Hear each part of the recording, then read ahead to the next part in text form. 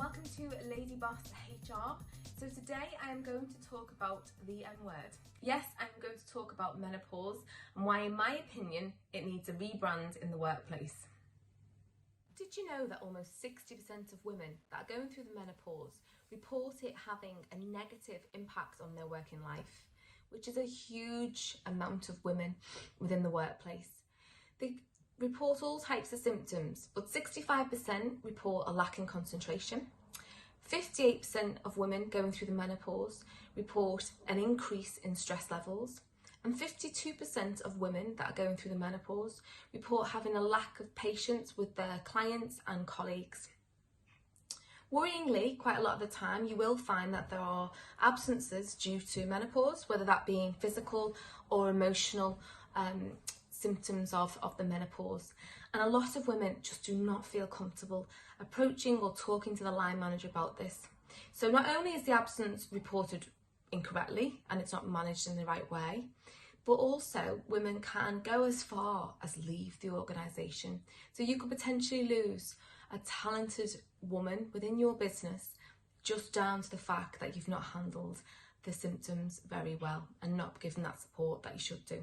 So I just want to talk to you today a little bit about how we as business owners can do something about it, and let's rebrand menopause.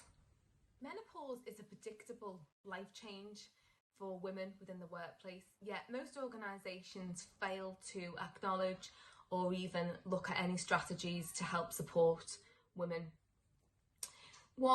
I've just got a few tips, a few suggestions for people, regardless of what size you are, whether you are a small organisation or a large organisation, we can all make some significant changes. So the first one is about being open. The importance is this is not going to just impact on women in the workplace, it's also going to indirectly impact on men. So let's be open about it. And when I talk about rebranding menopause, let's not make this a stigma, which in a lot of organisations it is. It's that conversation that a line manager doesn't want to have with someone.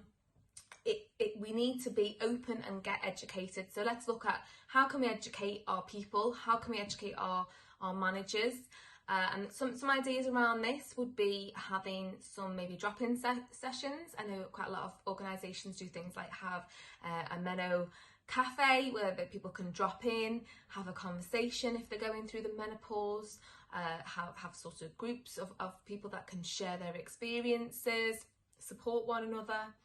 We have also had clients that have had themed events, so having sort of an expert speaker talk about it, maybe look at sort of signposting people for that support that they may need.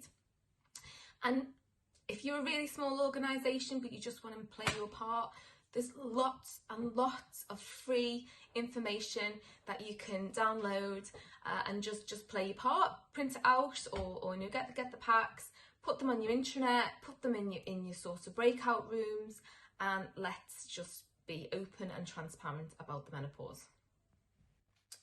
So as we mentioned before, we need to ensure that line managers know how to support and how to signpost women that are going through the menopause. So we need to get our managers educated, and there are lots and lots of free resources out there. We at 1HR have produced quite a lot of documents on this, so I am more than happy to share with you for free some of our information that you can pass on to your line managers just about how to handle difficult conversations around menopause. So here is the link here. Drop us an email and we will share that information for you. You can download those free guides. Another thing that I would share with you now is what is great that I found when I was doing my research on this is there is actually a menopause workplace pledge. Again, here is the link for this. You can sign up for this as an employee, as an individual, or you can sign up for this as an employer. If you sign up for this as an employer, you are making that commitment to your people that you are taking menopause seriously and you are supporting the women and indirectly the men within your organisation. We need to also, as managers and employers, record correctly. So it is important to be trained and educated to understand the signs and the symptoms of menopause and record that correctly on your HR information system. I would also just stress here that the menopause is covered by some key pieces of legislation. So quite rightly, employees are covered by this legislation, and you can fall foul of the law if you don't handle this in the right way and in the sensitive manner that it deserves. So I would not only urge you to make sure that you speak to your HR manager or HR consultant when you are dealing with people that are suffering through the menopause, either through emotional or physical ways, but also look at your own internal policies and procedures. The amount of people that I see that, although they've got their handbook, although they've got their policies and procedures, they fail to follow their internal procedures, and that's how they end up getting into trouble. So I hope you found that useful today. If you do need any help on this subject, then as mentioned before, I'll just pop it here again. Please drop us an email at 1HR. You can download the guide, and we're happy to give you any advice in this area. I look forward to seeing you next week, guys. If you do want to follow me on other areas, I do share lots of content on social media.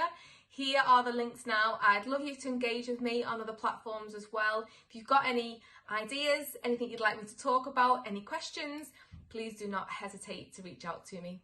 See you next week, guys.